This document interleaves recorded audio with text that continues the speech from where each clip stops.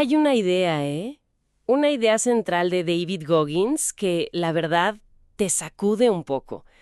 Dice que para arreglar los problemas de ahora, los importantes, los que de verdad te están frenando, tienes que irte para atrás. Ajá, volver a la raíz, dice él, a la infancia. Suena fuerte, ¿no? Pero insiste en que ahí, justo ahí, empiezan los bloqueos que la mayoría, pues, no logra quitarse de encima. Sí, es una premisa, bastante radical, pero fundamental en su pensamiento.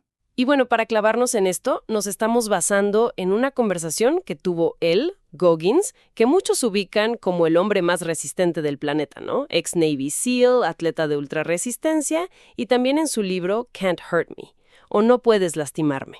Que además es un diálogo la fuente, entonces tenemos como distintas perspectivas sobre lo que él plantea. Exacto. Y el objetivo hoy, pues es justamente eso, ¿no? Sacarle el jugo a esa filosofía. O sea, ¿cómo le hace para tener esa resistencia casi, pues, sobrehumana? ¿Cómo propone que dominemos la mente? Y sobre todo, ¿por qué insiste tanto, tantísimo, en confrontar el pasado? Vamos a tratar de desmenuzar sus estrategias, su forma de ver la vida y ver qué nos puede servir, ¿no? Sí, empecemos por ahí, por esa idea que decía al principio. Goggins es muy claro. Los problemas de hoy, ya sea de pareja, del trabajo, de autoestima, lo que sea, casi siempre tienen un eco, una raíz, allá atrás, en las experiencias de niño. Dice que tratar de arreglarlos sin ir a ese origen es como querer pintar sobre una pared con moho, ¿no? Nomás no agarra bien. Es una buena analogía. Él usa otra, la de la rodilla lesionada. Dice, bueno, puedes tomarte algo para el dolor, bajarle hinchazón, y chance te sientas mejor un rato. Pero la lesión de fondo, digamos el ligamento roto, pues ahí sigue. Si no tratas la causa real, el problema va a volver. Chance de otra forma, pero vuelve. Y Goggins habla justo de eso, de cicatrices mentales. Cicatrices mentales. Sí, como heridas invisibles de la infancia que, si no las ves, si no las entiendes, pues siguen mandando en tus reacciones, en tus decisiones de adulto. Y muchas veces ni cuenta te das. Híjole, y en su caso, esa infancia, bueno, fue especialmente dura. Lo que cuenta en el libro es tremendo. Habla de abuso físico, psicológico, constante, por parte de su papá, que era alcohólico. Y que además tenía esa doble cara, ¿no? Que es algo terrible. Un monstruo en casa, dice él, pero afuera, encantador. Nadie se imaginaba. Exacto. Y encima él y su hermano, desde niños, muy chiquitos, los obligaban a trabajar hasta la madrugada en los negocios de la familia. Tenían una pista de patinaje y un bar. Imagínate, niños limpiando baños, sirviendo tragos, noches enteras chambeando y al día siguiente pues obvio no iban a la escuela, faltaban muchísimo. ¡Qué brutalidad! Sí, y piensa en el impacto. O sea, además del trauma del abuso, pues desarrolló problemas de aprendizaje muy, muy serios. Tartamudeaba y el estrés se le notaba físicamente, ¿eh? Le salieron manchas blancas en la piel, se le caía el pelo, siendo un niño. No, bueno. Y la cosa no paró ahí. Cuando su mamá por fin logra llevárselos, escapan a un pueblito en Indiana, pues ahí se topan con un racismo súper agresivo. Él habla de que el KKK estaba activo ahí, y ellos eran de las pocas familias negras. Un aislamiento total. Vaya, un infierno después de otro. Y justo ahí, creo yo, es donde la decisión de Goggins de contar todo esto así, tan crudo en su libro, cobra una importancia especial, porque va totalmente en contra de su imagen pública, ¿no? La del tipo duro, impenetrable. Claro, podría haberse quedado con la historia del éxito nomás. Exacto. Podría haber dicho, salí de la nada y triunfé. Pero no, eligió mostrar qué tan hondo era el hoyo del que salió. Y yo creo que la razón es clara. Quiere quitar esa idea de que él es especial o diferente. Quiere que la gente vea de dónde viene realmente y que entienda que sí se puede transformar uno, aunque sea, pues, dificilísimo. Es como un mensaje de esperanza, pero basado en la vulnerabilidad más honesta, ¿no? Sí, totalmente. Pero, a ver, ¿cómo llegas a ese punto? O sea, ¿cómo te das cuenta de que tienes que hacer ese viaje tan doloroso al pasado? No es algo que se te ocurra así nomás. No, para nada. Goggins cuenta que fue, pues, a base de golpes, de estrellarse con la misma pared una y otra vez. Lograba cositas, ¿no? Mejoras superficiales. Aprendió a leer más o menos bien ya grande, agarró algo de disciplina, pero sentía que cualquier cosita, cualquier contratiempo, él lo llama una pequeña tormenta de viento, lo tiraba por completo. Se venía abajo. Sí, y el momento clave, como la revelación, digamos, le llegó a los 24 años. Estaba en un punto bajísimo. Pesaba casi 136 kilos, tenía un trabajo que odiaba, era exterminador de plagas, se sentía un fracaso total, pues. Y estaba ahí, sentado en el sillón, viendo un documental de los Navy SEALs. Y ahí le cayó el 20. Comprendió que todos sus intentos de arreglarse habían sido por encimita. Como maquillaje nomás. Exacto. Entendió que tenía que dejar de arreglar la fachada y bajar. Bajar al sótano oscuro de su mente, a la alcantarilla, como dice él, bien gráfico. Tenía que enfrentar a esos demonios que había estado esquivando toda su vida. Era el único camino para reconstruirse de verdad. Y de ahí, de esa necesidad de enfrentar las cosas, sale una de sus herramientas como más conocidas, ¿no? La idea de la mochila. Ándale, la mochila. Que dice que todos cargamos una mochila llena de toda la basura que juntamos en la vida. Las heridas, los miedos, las culpas. Y la realización, que es durísima, nadie va a venir a vaciártela. Nadie te va a rescatar. Es un golpe de realidad fuerte. Y ahí es donde mete el famoso espejo de rendición de cuentas. Accountability Mirror. Suena hasta impone, ¿no? Y lo es, ¿eh? Porque la idea central es la honestidad, pero radical, sin filtros, sin tratar de suavizar nada. El método es, en teoría, simple, pero hacerlo es durísimo. Es pararte frente al espejo y decirte la verdad así, cruda, de cómo estás. No decir, ay, necesito ponerme en forma, sino, estás gordo. No, debería ser más organizado, sino, tu casa es un desastre. Directo y sin anestesia. Exacto. No, tengo algunas inseguridades, sino, eres flojo, o no sabes leer bien, que era lo que él se decía a sí mismo. Se trata de adueñarte por completo de tu realidad actual, incluso de los problemas que claramente te causaron otros. Eso es lo que más cuesta entender, creo yo. ¿Cómo te haces responsable de heridas que otros te hicieron? Suena súper injusto. El argumento es que es la única forma de quitarle poder a ese pasado. Mientras sigas culpando, aunque tengas toda la razón del mundo, sigues siendo víctima. Sigues dándole el control a otros o a las circunstancias. Al decir, ok, esta es mi realidad ahora y yo soy responsable de cambiarla, ahí recuperas el poder, la agencia.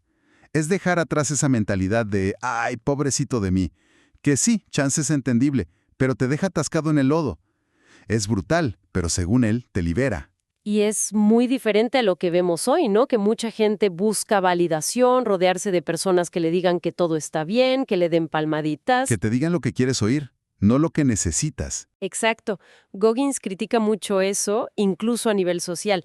Dice que evitamos conversaciones difíciles como del racismo, por miedo a incomodar, y eso no deja que haya soluciones reales. Quiere esa misma crudeza, pero en el diálogo con uno mismo. Justamente. Es como reconocer que muchas veces, consciente o inconscientemente, elegimos quedarnos atorados porque la verdad duele.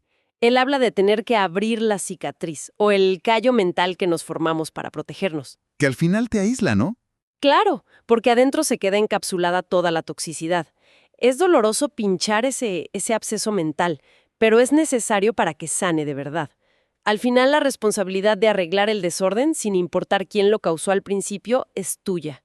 Es una píldora difícil de tragar, la verdad. Dice que es el arma más poderosa que tenemos, pero que si no la controlas tú, se vuelve en tu contra. Y aquí entra su concepto quizá más famoso, la regla del 40%. Uy, sí, esa es clave en su filosofía. Él sostiene que, por cómo evolucionamos, nuestro cerebro tiene como un mecanismo de protección, como un gobernador en un motor, ¿sabes? Que nos hace parar mucho antes de llegar a nuestro límite real. ¿De verdad? ¿Tan bajo? Según él, sí. Dice que cuando sentimos que ya no podemos más, que ya dimos el 100%, en realidad apenas hemos usado el 40% de nuestro verdadero potencial. Ese otro 60% está del otro lado del dolor, de la incomodidad, que nuestra mente trata desesperadamente de evitar. O sea, que nuestra mente nos protege. pero nos limita. Busca la comodidad. Esa habitación a 72 grados Fahrenheit, como a 22 Celsius, que él describe, donde todo es predecible, seguro. Exacto, busca la homeostasis. Y me parece increíble cómo usó experiencias tan extremas como la Hell Week de los SEALs, no solo para pasarla, sino casi como un laboratorio personal para estudiar esa mente bajo presión máxima. Totalmente. Quería entender ese gobernador desde adentro. A ver, la Hell Week son 130 horas de actividad física brutal, sin parar, casi sin dormir. Duermen un par de horas en total, creo. 130 horas. Sí, una locura. Pero lo que Goggins recalca no es solo el cansancio físico, que es extremo, sino la tortura psicológica. Describe cómo al principio es puro caos, ruido, gritos, adrenalina. Pero luego viene la famosa surf torture. ¿Qué es eso? Te meten horas en el agua helada del Pacífico. Horas. En silencio, temblando de frío. Ahí, dice él, es cuando la mente se convierte en tu peor enemigo. Empieza a proyectar. No voy a aguantar esto 129 horas más. Ese pensamiento en el dolor futuro es lo que quiebra a casi todos. Híjole. ¿Y cuál fue su truco? ¿Cómo le hizo para no quebrarse mentalmente? La clave que él descubrió, y que aplica a todo, es doble. Primero, fragmentar el desafío. Y segundo, enfocarse radicalmente en el momento presente. O sea, no pensar en las 129 horas que faltan, ni siquiera en la siguiente hora. Pensar solo en superar el siguiente minuto, la siguiente orden, la siguiente ola de frío. Controlar la mente para que no se vaya al futuro, donde está toda la carga del sufrimiento que viene, ni se quede atorada en el pasado. Vivir en la hora, pero llevado al extremo. Exacto. Y aquí él diferencia entre el teórico, el que lee sobre dificultades, y el practicante, el que se mete de lleno para aprender. Goggins, pues, se ve a sí mismo como un practicante extremo. Y desarrolló tácticas muy específicas para esos momentos límite, ¿no? Leí una muy interesante. Desviar el foco de tu propio dolor, enfocándote al 100 en ayudar a los demás. Ah, sí, esa es muy poderosa. Cuenta que en los botes, durante la Hell Week, cuando sentía que ya no podía más, se ponía a animar a sus compañeros a asegurarse de que estuvieran bien. Dice algo como, si no hay yo, no hay dolor. O sea, al quitar el ego, el enfoque en uno mismo, el sufrimiento personal como que disminuía. Es una táctica increíble, muy ligada al liderazgo, al propósito más grande que uno mismo. Pero, y este es un punto súper importante que tanto Goggins como Jay Shetty, que lo entrevistó, recalcan. Tiene un peligro escondido si abusas de ella. ¿Cuál? El burnout. Usar constantemente ese autosacrificio, ese empuje extremo, sin darte chance de recuperarte, te lleva inevitablemente a quemarte. Goggins mismo lo admite. Pagó un precio altísimo.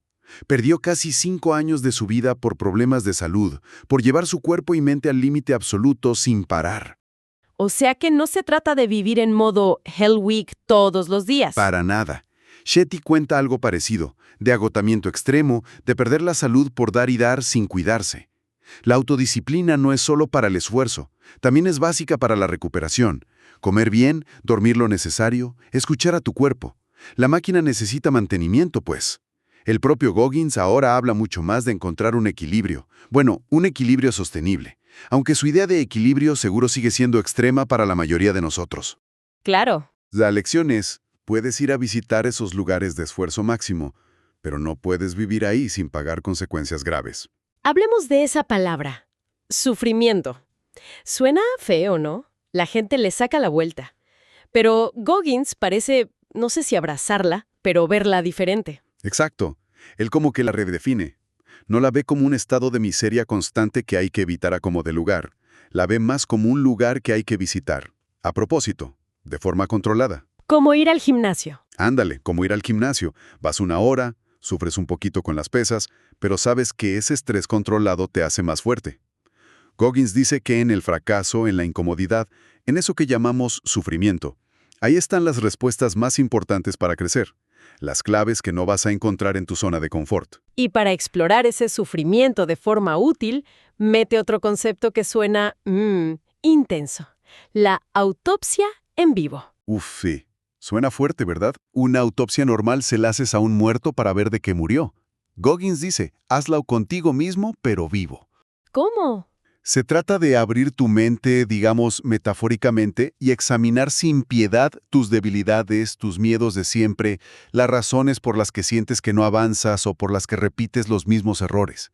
Es un llamado a estudiar tus inseguridades a fondo, a entender de dónde vienen. Implica revisitar en tu mente sistemáticamente momentos dolorosos, fracasos, gente que te lastimó, pero no para quedarte ahí revolcándote en el dolor, sino para analizar, para sacar lecciones, para entender cómo te impactaron realmente y quién eres hoy por eso. Es lo contrario a tratar de olvidar o de barrer la basura debajo de la alfombra.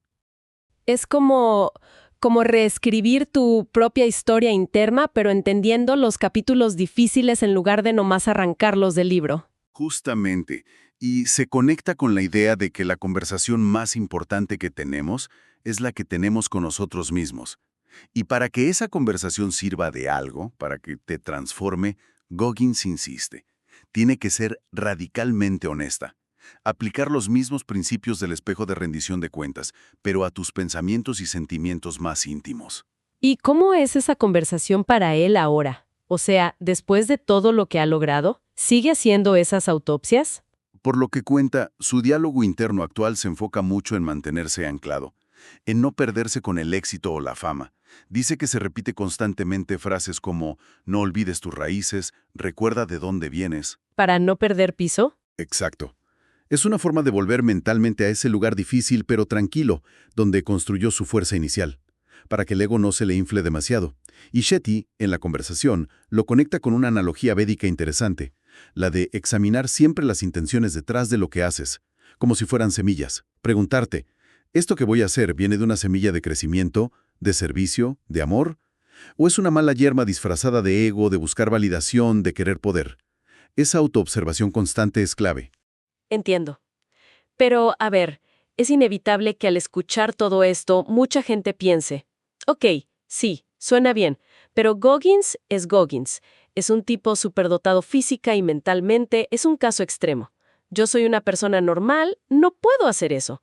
Él mismo debe oír eso todo el tiempo, ¿no? Hoy sí, seguro.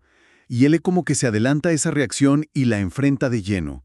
Dice que esos títulos, el hombre más resistente, loco, o hasta los buenos como inspirador, muchas veces se vuelven excusas. ¿Excusas? Sí, excusas para que la gente no intente aplicar los principios. Son como una tarjeta para salir gratis de la cárcel mental, que dice, él es especial, yo no, así que no tengo que esforzarme tanto.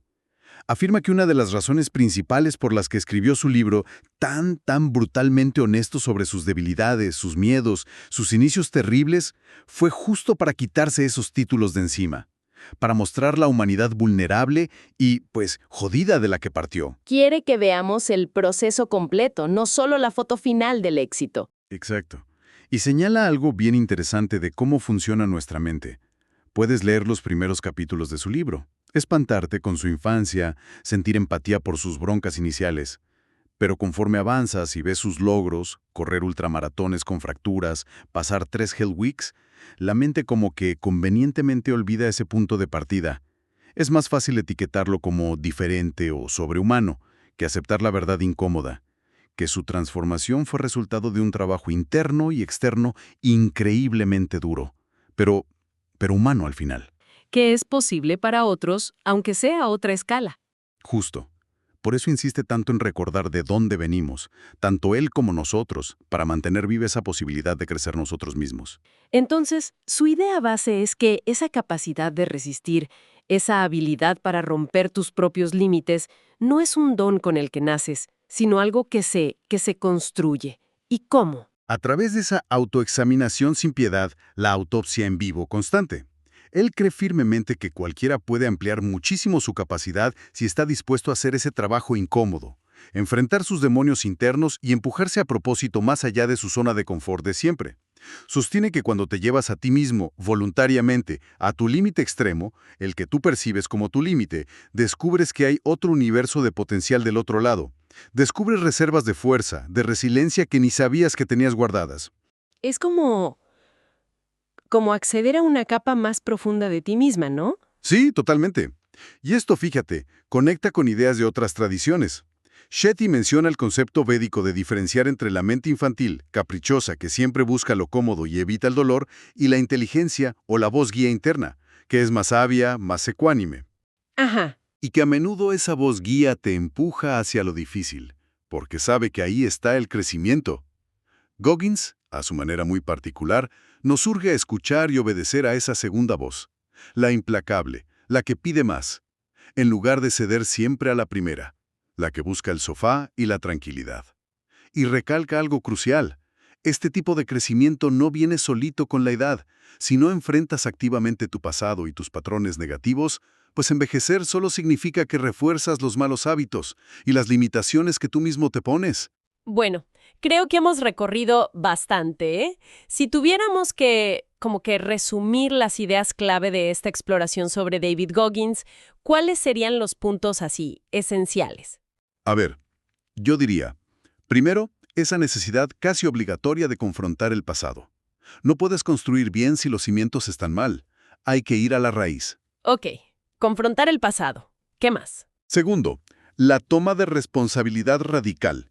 Adueñarte de tu situación actual sin pretextos, usando esa honestidad brutal del espejo de rendición de cuentas. Responsabilidad total. Vale.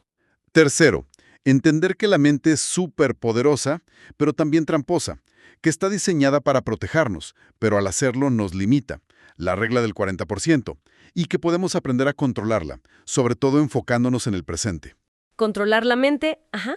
Cuarto, esta idea que va contra la corriente, encontrar crecimiento visitando a propósito el sufrimiento y el fracaso, usar la autopsia en vivo para aprender de nuestras debilidades. Crecer en la incomodidad. ¿Y el último? Y finalmente, la creencia profunda en nuestro potencial escondido, que podemos ampliar nuestra capacidad mucho más de lo que creemos si estamos dispuestos a hacer ese trabajo, pues, incómodo.